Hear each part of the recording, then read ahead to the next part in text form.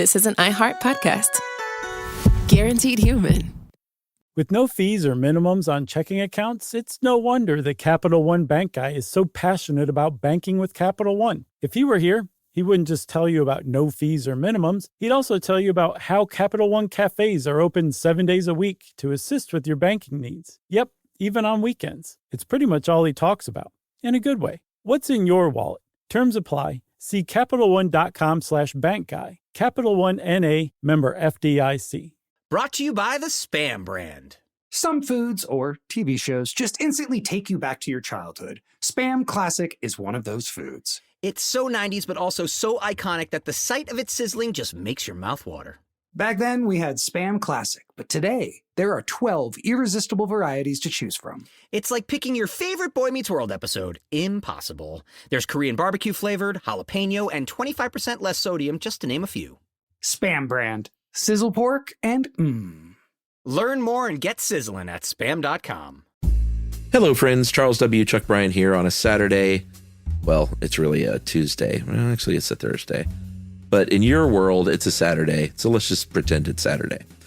This episode, everybody, is about moss. Is moss boring? No, not at all. Moss is actually really cool. And if you listen to this episode from June 5th, 2012, you'll learn it for yourself. So check it out, everybody. How moss works.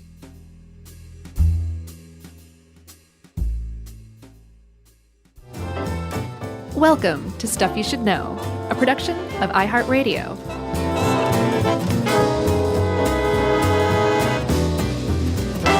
Hey, and welcome to the podcast. I'm Josh Clark. There's Charles W. Chuck Bryant, who now refuses to do the cheeks, everyone. So I can't vouch for how good the episodes will be from this point on. Cheeks are done. I don't care about them anymore. We'll see. Okay. I mean, if we started nosedive, you're doing the cheeks again. Nope. I will see to it that you do the cheeks. Can't do it. I will stand on your chest. Ben will grab one cheek. Jerry will grab the other, and the cheeks will be done. That, for people that don't know what we're talking about, this sounds like really gross. So Everybody knows what we're talking about. Chuck does the little cheek pull to start off each episode. It's a little good luck charm, and now he's suddenly decided he's not going to do that anymore. So I have a new good luck charm. What is it? It's called not doing cheeks. It's not. It's a bad luck. No. So I've got a joke for you to open this one up. Do you really? And I made it up today. It's a made-up joke? Mm-hmm. All right, I want to hear it. What do you call a reproducing sphagnum? What? Randy Moss. That's pretty good. Not bad. No. That's into the realm of pretty good. Yeah. Yeah, that's good I stuff, think if Chuck. I was a tour guide at a nature, like Fernbank Science Center or something, Right. that would be my go-to Yeah. for the kids That'd be a good one. to try and identify with them. I don't think the kids would like it as much as maybe the teacher. Yeah, that's true. The teacher would be like, that's pretty funny. And by the way, those brown knee-high socks you're wearing are great. Right.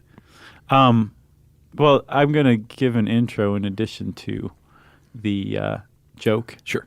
The intro joke. Maybe that should be your new good luck thing. You tell Intro it, jokes. You make a joke. Make up a joke for every... That would be Welcome Back, Kotter. They have a joke for everyone? Yeah, he introed every show by, or maybe it was outroed by telling a joke to his wife. Oh, yeah? Yeah. I hadn't picked up on that. I only saw like maybe 2 episodes of that show. Well, then you heard 2 jokes. Yeah. Plus all the other jokes. Was his wife one and the same with Bailey from WKRP? Didn't they look alike? Were they the same person? I don't know if they were the same person, but they definitely seem the same. Gotcha. And Like they those- both wore glasses and had the feathered hair. Yeah, and sort of everything? long, feathered-haired 70s ladies. Yeah. I don't think they were the same, though. Yeah. But they were both probably on the Love Boat. Yes. Yes. Within 5 years as like a way to revitalize their career. That's right. Chuck, I was going to talk about the Ice Age, the beginning of the Ice Age, or Okay. of ice ages, glacial periods. Remember, right now we're in the midst of an interglacial period. Right. I want you to think back, way back, 470 million years ago. Okay. There was no such thing as a glacial period. And by proxy, there was no such thing as an interglacial period. All we had was one hot, soupy, barren mess of land and ocean, and that was it. That's right. This is what's called the Ordovician period, or Ordovician period, depending on where you come from. Okay. The beginning of this period is characterized by ice ages, and paleogeologists. I guess you could just call them geologists, really, because nobody's studying like present stuff very much. It's mostly paleogeology, right? Sure. They were like, where did this ice age come from? When did this start? And they figured out that what triggered this was the arrival of the very first basic land plants, e.g. mosses. That's right. And they recently figured out that mosses came about 470 million years ago, and they triggered these ice ages by latching onto rocks. So these were a certain type of moss, as you and I know, called granite mosses. Yep. And they would actually leach materials from these rocks to use as nutrients and minerals, right? These are like Wheaties for moss, the early moss. Well, the moss started releasing stuff, sucking in carbon dioxide from the atmosphere enough to reduce the global mean temperature by 8 degrees centigrade. Wow. Which led to the beginning of ice ages and the ice age periods that we know and love. You can thank moss for that. Thank you, moss. You go outside, you find a little bit of moss, you grab a little piece of it gently, and then shake its hand. Shake its little Say, thanks for the ice ages. little baby stem. Yeah. Well, we needed ice ages. Yeah, that remains to be seen. No, it's all part of the big soup. We've had some Who am I to doubt it? We've had some chilly, windy weather lately, and it has been getting to me. Like, it's been like just seeing the trees like getting whipped outside makes me feel chilly, and then in turn, I feel socially isolated and mad. Wow. Yeah. Yeah, it's been really windy. Yeah. Crazy. So we're talking about moss. This is no joke. April is over by now. We're in it right now, but by the time this comes out, this is no April Fool's joke. We're talking about moss and how it works. Yeah. Because it's part of our long parade of explaining absolutely everything in the known universe. That's right. And moss is part of that. Is part of that. So let's talk about moss, Chuck. Well, moss is pretty fun and unique in some ways, if you ask me. Yeah. Because unlike most flowering plants and trees, or let me go ahead and say it, all flowering plants and trees, they don't have roots like traditional root systems. Moss doesn't. No. Mosses don't. They do not. They don't germinate from seeds. Pretty weird. No. And they don't gush water around through internal systems, internal Root vessels. systems. Yeah. Yeah. And that's weird. It is, especially if you're familiar with plants. Then you're like, well, then moss is strange. Exactly. For somebody, an average bystander like me, I'm like, oh, okay, well, moss doesn't do that and plants do. It doesn't seem particularly weird to me. Oh, I think it's unique. But I do find it intriguing. It makes me want to know more about moss. Well, you got about 15,000 species if you want to talk about moss. Right. Traditionally, you were probably going to think of moss as the true moss. Well, let's back up a little bit. Okay. They're related to liverwort and hornwort. Yeah. I've seen, I saw other articles on moss, and everybody points that out for some reason. I'm not sure if they're like, I got to put 10 things in about moss, and That's one I of got them. 9, so let's put that Right. in. Yeah. They are in the phylum Bryophyta, Yeah. and they're in 3 groups. You got the granite mosses, the peat mosses, and true mosses. True mosses are probably what we're going to think of when you think of the little green carpety Right. padding that you see Like everywhere. on a fallen tree in a forest or something. Yeah, That's and a there's true moss. tons of true moss, like 14,000 species. Yeah. Granite mosses are blackish, small, grow in Arctic regions in the mountains. Yeah. Grow on rocks. They're the most ancient moss, apparently. That's right, and there are only about 100 species of that. And then the final subgroup is the peat moss. Mm-hmm. Grows in bogs. If you've ever been in a bog, then you've probably seen some peat moss or sphagnum moss. Right. And that's the money moss because you can burn it and convert it to electricity Yeah. and charge money for it. That's why sphagnum is the money moss. And oddly, well, not oddly, but remarkably, moss, the sphagnum moss, do you use as a soil conditioner? We Yeah. do that in our garden. Right. Because some of it can hold 20 times its dry weight in water.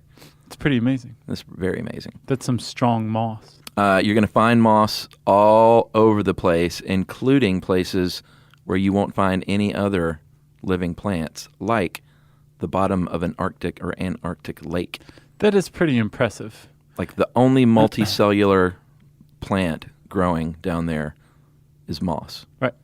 And it grows really slow. I think as little as 1 centimeter per year, this aquatic moss at the bottom of these frozen lakes. Uh-huh. And that is the slowest growing and longest living freshwater plant ever recorded. I would guess so. It's kind of like putting somebody on ice, right? Yeah, sure. You're slowing down the cellular processes, That's but right. they're still active. So you could, in theory, extend their lifespan, right? That's right. Same thing with moss. Yeah. It's probably even easier with moss. Yeah. And by that same token, the zombie moss I thought was pretty cool. Yeah. You could dry some mosses out for 19 years without water. And if you add water to it, it'll, resuscitate itself. It'll turn into a big dinosaur. Yeah. It's pretty cool, though. If they can go dormant for that long, Yeah. it's amazing. And all mosses can go dormant. It's like one of their defense mechanisms. They'll just turn brown and dry out. Yeah. And they're in Wait a for the dormant moisture. state. Unfortunately, you can't really tell what the difference is between dead and dormant until you add water and see if it comes back. Right. That's the only way to determine the length of a moss's dormancy. Oh, so if you add water and it just stays dead, then... It was dead. Oh, that's sad. So you said there's like 15,000 species, and they kind of range in size and shape and texture, right? Sure. Color. Some of the, I think the peat mosses grow different colors, like rose. Yeah. Very pretty. Yeah. Some grow black, like the granite moss you said. Yeah. Some are silver, which is amazing. Yeah. And then there's the smallest moss is the ephemerum, which is a 0.5 millimeter tall. That's crazy. It's adult size. Yeah. And then there's the Dawsonia, which is up to almost 30 inches, 70 centimeters in height, which that's a pretty wide variety. Yeah.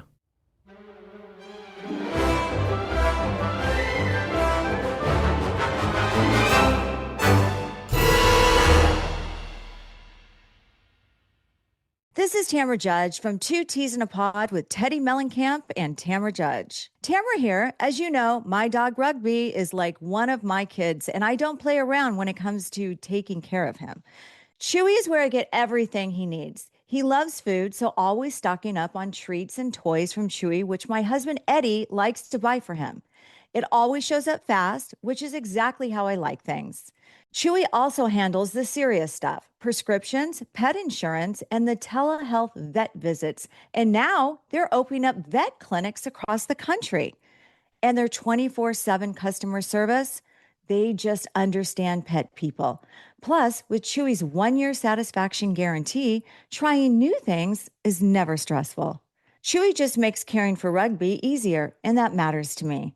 For life with pets, the answer is Chewy. Save $20 on your first order with free shipping at chewpanions.chewy.com/teapod.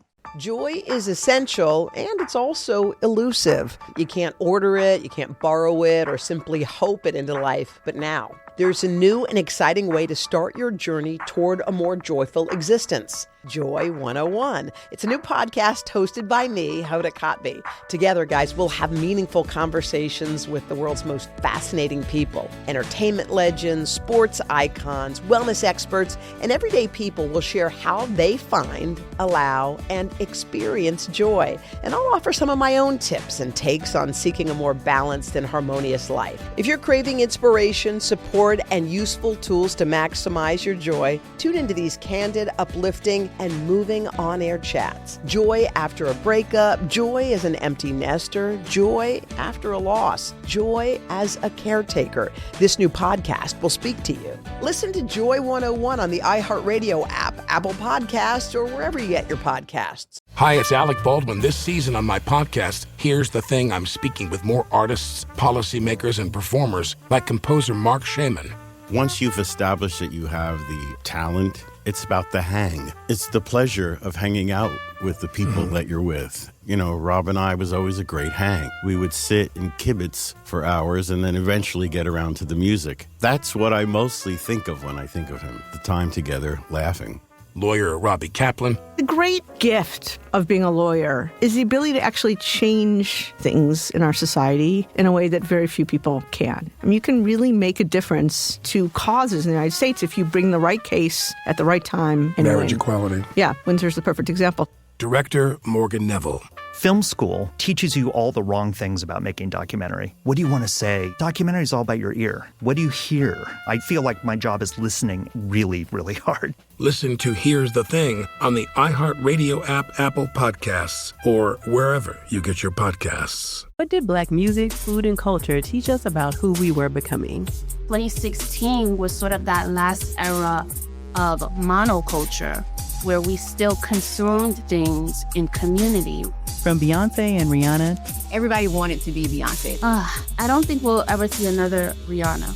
To soul food, memory, identity, and the stories we carry through Black culture. What does it mean to be Black and eat in America? So we were this group of people who knew how to work the land, who knew how to live with the land. We make it do what it do. Therapy for Black Girls is bringing together the conversation shaping Black life right now. You will never make me feel bad for being a Black girl, for being a Black American girl, ever.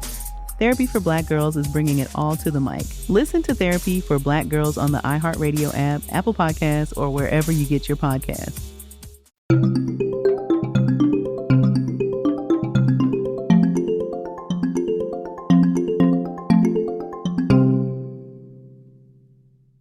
Okay, so moss is fairly interesting so far. Okay. Let's talk about the individual plants, because when you look at moss and you think about moss, you're thinking of a carpet of plants. Yeah.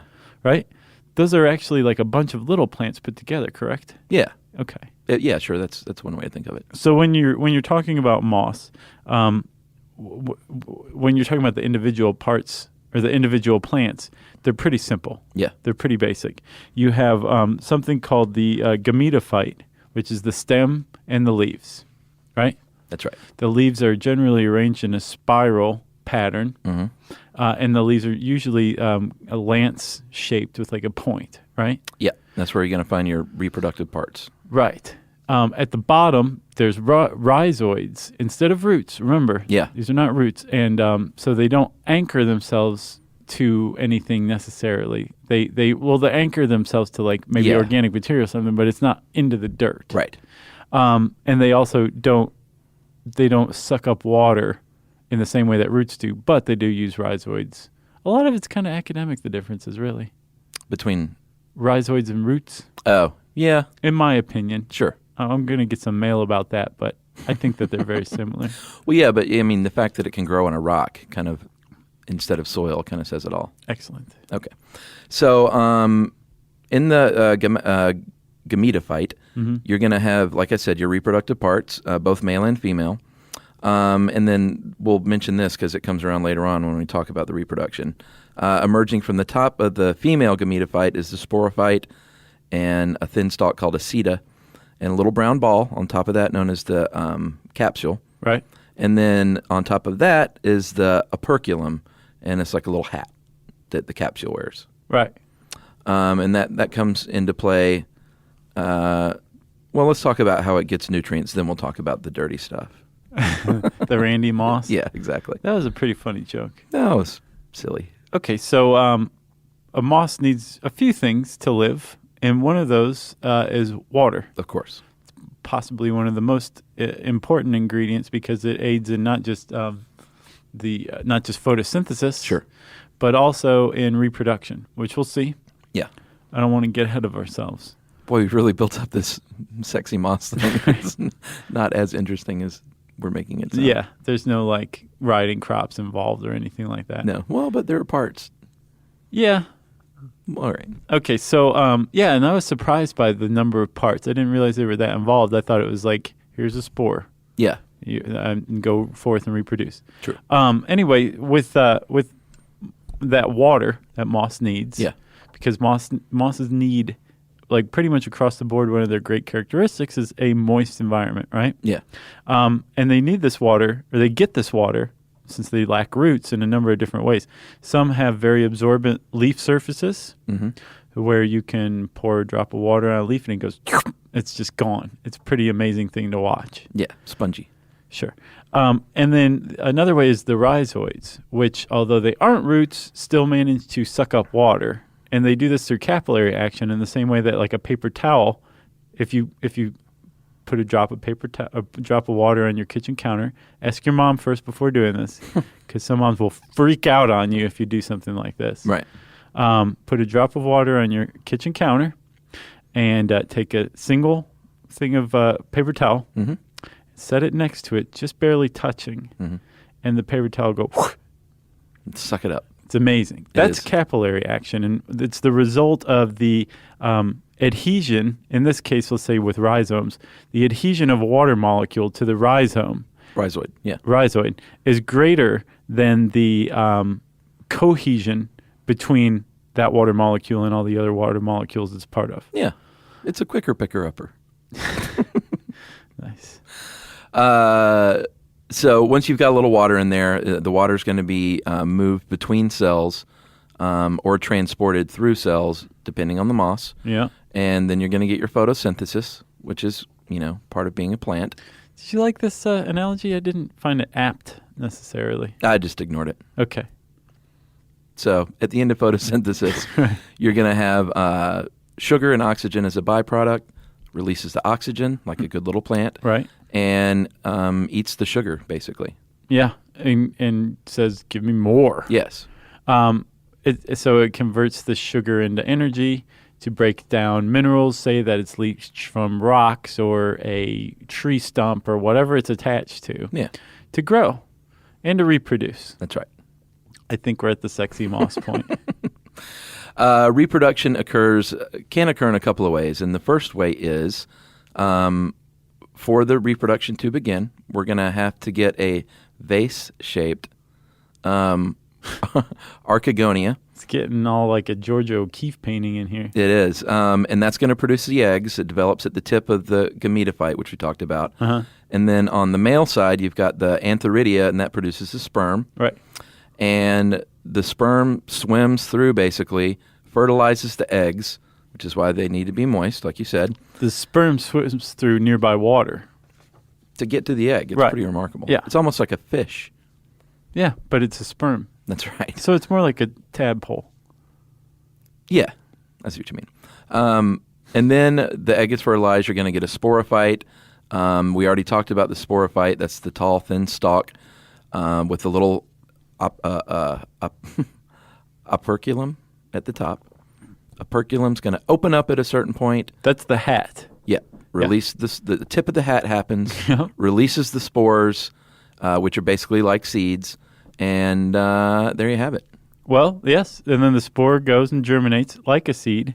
See, that's what I'm saying. Rhizoid, root, spore, seed. I mean, I know that there's some differences here, but they're not that great. Anyway, the spore goes, lodges itself into a... But it's different than every other plant. No, every other I'm with millions you. of plants. Okay. I understand. I get it. I know that there are differences. I'm just saying, like, the difference between the two is not like a wow kind of thing for me. I get you. I wish it was. I understand. I'm not fighting it. So the spore germinates into another plant, and the whole thing happens again. Hopefully not with any plant that it's related to, though. That's gross.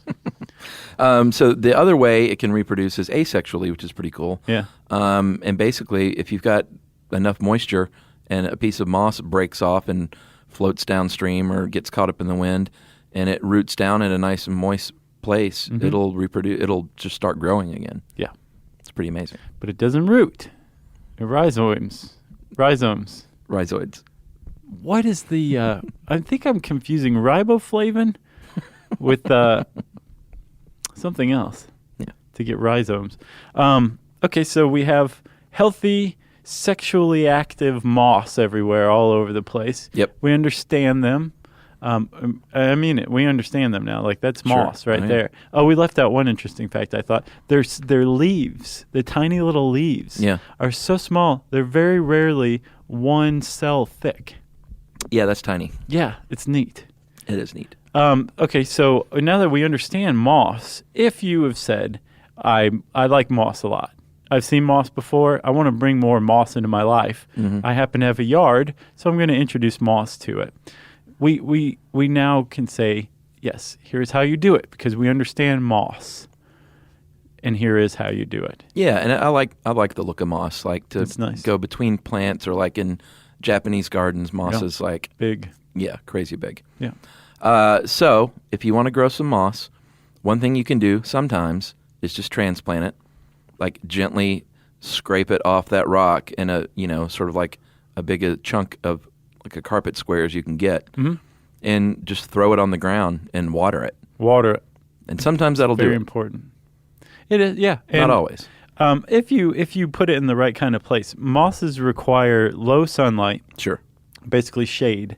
In fact, if you have low sunlight and you have trouble growing grass, moss is a great alternative. It is, very much so. So they want low sunlight or shade, and they also prefer low acidity, lower acidity than turf grass prefers. Yeah. So yeah, if you have a patchy piece of yard, moss might grow there very well. So in just transplanting it like that could work, especially if you keep it watered. Yeah. You can also try propagating it using a pretty ingenious little method of taking a whole bunch of moss, throwing it in a blender with some buttermilk, and then taking that mixture with a paintbrush and painting it wherever you want. Yeah, very cool. Yeah. Buttermilk, it just must be the wonder thing for moss. Yeah, it's like it loves packed with nutrients. You also want to take care of your moss. Sure. As low maintenance as it seems, like there is some things you have to do, like leaves, twigs, that kind of stuff. Since it's in a shady area, it's usually subject to those things falling on top of it, and that actually will burn it like acid. There won't be a lot of growth in that area of your moss. Sure. Because the leaf is preventing it from doing its thing. Yeah, so you want to clean it off like you would your carpet. Yes, maybe with a very light broom, very light. Yeah. A leaf blower on a low setting. Which you hate? Yeah, I just don't like the noise. Yeah. But in this case, it makes sense. Sure. Unless you have a very light broom. Or you could just pick these things off individually. That's right. If it's got weeds, you don't want to yank the weeds out because that can yank up moss. You don't want to do that. So you just want to like snip it with scissors. And it's no wonder this is popular in Japan because they're always more like tender and caring with their gardens. Anyone who has the patience for like bonsai and origami and things like that will snip weeds with scissors. Yumi and I were in Kyoto and witnessed a man cutting the grass at a park with scissors. Yeah, my neighbor used to do that in my old house. Man. But his lawn looked awesome. Oh, I'll bet. Yeah. I don't have time for that. And that's why my yard looks like crap. No one has time for that.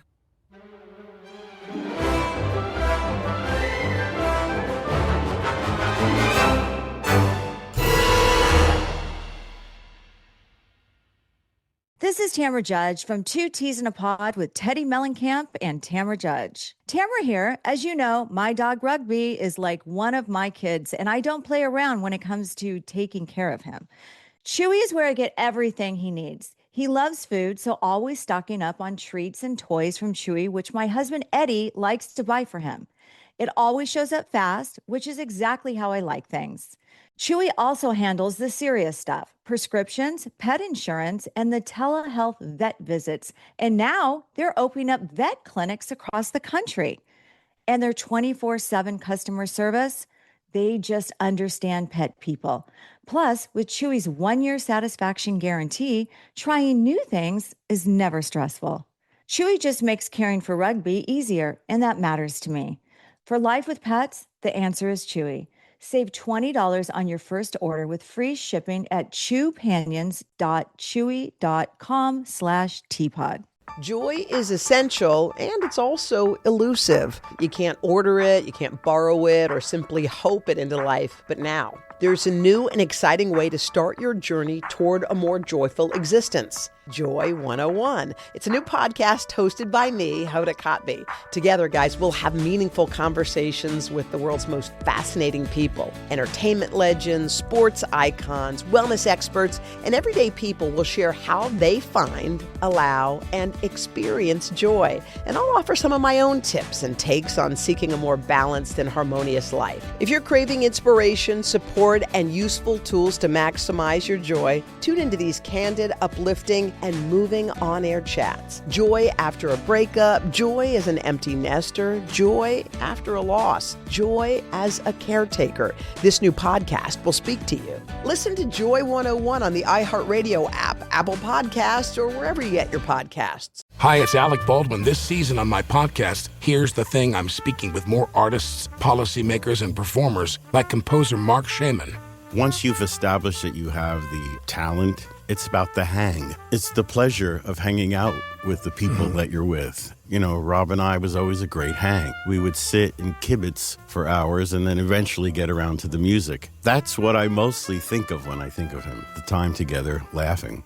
Lawyer Robbie Kaplan. The great gift of being a lawyer is the ability to actually change things in our society in a way that very few people can. I mean, you can really make a difference to causes in the United States if you bring the right case at the right time. And Marriage win. equality. Yeah, Windsor's the perfect example. Director Morgan Neville. Film school teaches you all the wrong things about making documentary. What do you want to say? Documentary is all about your ear. What do you hear? I feel like my job is listening really, really hard. Listen to Here's the Thing on the iHeartRadio app, Apple Podcasts, or wherever you get your podcasts. Why is everyone obsessed with romance right now? Like everyone. Your coworker who, quote unquote, doesn't read is reading romance. Your mom, book talk, the entire internet. I'm Sanjana Bhaskar. I'm Tyler McCall. And this is Radio 831, a romance podcast. The books, the tropes, the adaptations, the drama, the discourse. And what all of it says about how we actually love, yearn, and obsess. We're going to Wuthering Heights, which, for the record, is not a romance novel. And yet it has haunted the romance genre for 200 years. We're getting into dark romance, age gaps, certain Russian hockey players, and sentient objects in love, which is a thing. That's the kind of conversation we're having every episode. Listen to the Radio 831 podcast on the iHeartRadio app, Apple Podcasts, or wherever you get your podcasts.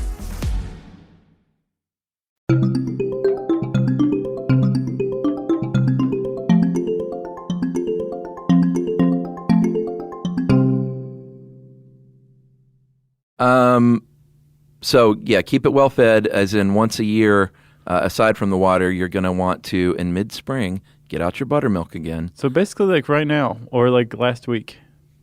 Yeah, true.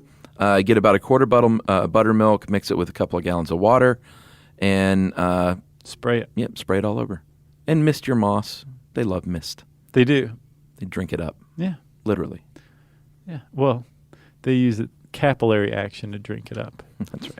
No roots involved. Let's say you want to kill moss. Yeah, I thought that this was very interesting in this article. It's like all pro moss, and then all of a sudden it takes a really dark turn. It does. With the subject heading, how to kill moss. Well, some people don't want it, like they don't want ivy taking over their yard. They don't want moss taking over their yard. That's true. Although they point out in the article, it's not going to take over your lawn because it's not going to grow where your lawn would grow. Right. So lighten up, is what I say. But if you're one of those people who are prone to slipping on things, you may not want that on your sidewalk. You definitely don't want moss on your roof. No. That is a sign that you have a big problem if you have moss on your roof. Unless you are doing that on purpose. Like a green roof. Sure. Well, then you're not going to have the kind of roof that you have to worry about. Exactly. If you have a traditional shingled roof and you have moss, you need to do something about it for a couple of reasons. One, it's the presence of moss traps moisture. Moss is designed to do that. Mm-hmm. If you're into intelligent design theory. And that means that it's going to foster things like fungus that will decay the wood beneath, meaning you'll have a hole in your roof. Yeah, at some point. The rhizomes, right? Rhizoids. What is wrong with me? I don't know. The rhizoids also like to get in between shingles and loosen them. That's right. And what else? Well, I mean, you don't want it on your roof, and so one thing you can do to kill it is use pesticides and chemicals. Not pesticide, I guess it would be a herbicide. They say pesticide in here. That wouldn't be right, though. No, it's an herbicide. Yeah. Like Roundup. Sure. which if you're into spraying that kind of junk on your lawn, feel free. I advise not to. Yeah. But that's just how I play in my yard. What? So you don't use scissors, but you don't use pesticides, huh? No. Huh. You just kick back and you're like, grow, baby. No, I take care of things, but I just don't like spraying chemicals all over the yard. What do you use as herbicides and pesticides? White vinegar. Yeah. Like as a spray? Mm-hmm. For what does that work for? Anything. Like pesticide and herbicide, or? Oh, I don't know about pesticide, but herbicide. Like it'll kill weeds and stuff. Really? Uh-huh. Huh, that's interesting. Yeah, put it in the Hudson sprayer and. Gotcha. Or just live with it. Yeah, I guess it depends on the weed for sure. But if you have animals, you don't want to be spraying your yard with chemicals. But yeah. Even though they say, like, once it dries, it's fine. I don't buy that. I don't buy that either. Yeah. But if you do want to get rid of it, they say the best way to get rid of it naturally is to, make it a not moss-friendly environment. Mm-hmm. So, like, cut back some shade cover, maybe make it sunnier. That'll help get rid of the moss. Yeah. Just make it so it wouldn't want to live there even if it could. Yeah, or scrape it off if it's like on a sidewalk or something. Yeah, that could leave really spores, so it may come back. Don't be surprised. But yeah, just a flat shovel or a hoe will take care of moss usually too. That's right. It says here zinc. Yeah, I didn't know about this. Yeah, you zinc can put is a a zinc deterrent. strip up on your roof, and it'll keep mosses away. Up on I there? hate that stuff. That's right. And then the last moss fact of the podcast: if you're ever lost in the woods, you need to get your bearings. That's right. Start looking around and see what side of the trees and, pretty much an upright growing tree, what side moss is growing on. And you probably have found something like north. Yeah. Because moss is going to grow on the side that gets the least exposure to sunlight, which would be north. So just follow that, and you'll end up in Canada every time. That's even if pretty you tried start and out true. in Australia. Yeah. Hey, Australia. All right. Well, that's moss, huh? You got anything else? No. I'm going to grow a little moss garden in my front yard. Are you going to? Yeah, well, I was going to xeriscape it anyway, so I might as well get some moss going. I wrote an article on that. Xeriscaping? Yeah, but the problem is this isn't xeriscaping because that's dry landscaping. This requires true. water, but it'd still be pretty low maintenance. Yeah, and my front yard doesn't get very much sun. Like, I failed miserably at trying to grow grass, so I'm just going to, like, mulch and moss and put plants and stuff. I'd like to see that. Yeah, one day. If you want to know more about moss, including seeing some very pretty pictures of moss, and to get to the bottom of the what Chuck and I decided was an inapt analogy between photosynthesis and cookie baking, you can type in moss in the search bar at howstuffworks.com, and it'll bring this up, and you will be very happy. And you should also be happy because I said search bar, which means it's time for listener mail. Josh, I'm going to call this the nicest Irishman on earth. Wow. This guy was super nice. Okay. Josh, Chuck, and Jerry. My name is John Keating, and I'm writing from Dublin, Ireland. I've been a reasonably long-time listener. I started listening to the show over a year ago when I started studying for my leaving cert, the Irish University entry exams. Mm-hmm. On a number of occasions during my exams, I was able to recall a topic you guys covered during the series, especially in English and history.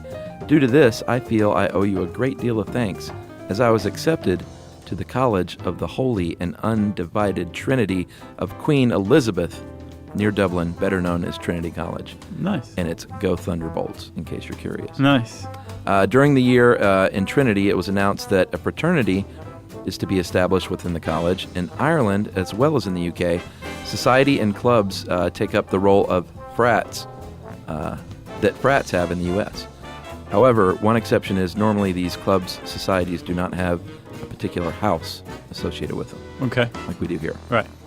This house concept is something I'll have to deal with in the near future, as I shall be staying in the Beta Theta Pi branch of the University of Toronto while I'm in the city in search of work this summer. On this side of the Atlantic, the frat concept is mainly centered around their depiction in such movies as Animal House, or how the Winklevoss twins were portrayed in The Social Network. Sure. Did you see those guys that are in a commercial for like pistachios? I did. Oh my God, it's awful. Hey man, they gotta make that dollar some way, huh? Yeah, the multi-million-dollar payout wasn't enough. Right. Yeah. And they were wealthy already. Yeah, exactly. They seem like nice enough guys. Oh, they seem like great guys. In such, we see them as being an alcohol-fueled rich boys club. Yes, except for the College of Pharmacies fraternity. What are they like? It's a pill-fueled club. I know that both of you weren't associated with the frat when you were in college, so maybe I'm right on the button there. Also, I'm curious as to why the idea hasn't successfully been exported to Ireland and the UK and further afield. And what exactly is the association with the Greek alphabet, and why did they develop in the U.S. in the first place? So he wants us to do a podcast on frat. Oh, I thought he wanted us to answer now. No, off no, the top of our heads. As this email has already exceeded the limit I felt it would, so I shall end it on this note. I just want to further emphasize my gratitude and respect I have for the SYSK team. That is so nice. And all the individuals involved in How Stuff Works. Here's hoping for a successful venture on the TV.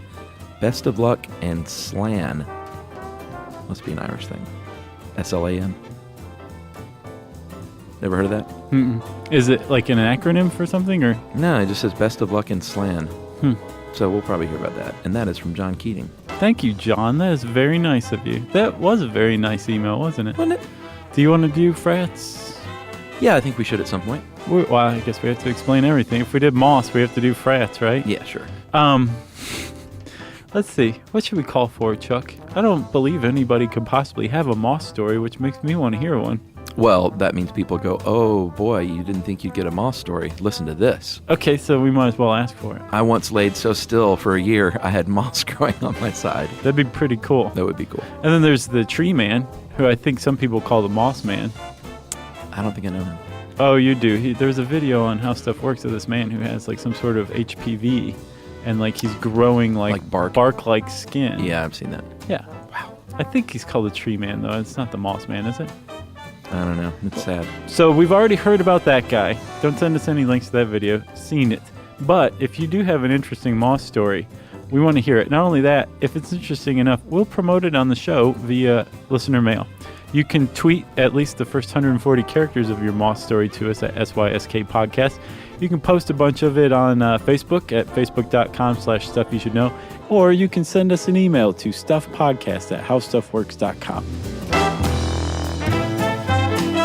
Stuff You Should Know is a production of iHeartRadio. For more podcasts from iHeartRadio, visit the iHeartRadio app, Apple Podcasts, or wherever you listen to your favorite shows.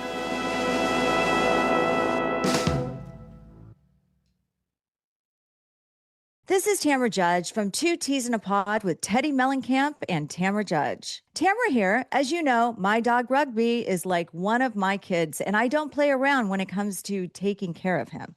Chewy is where I get everything he needs. He loves food, so always stocking up on treats and toys from Chewy, which my husband Eddie likes to buy for him.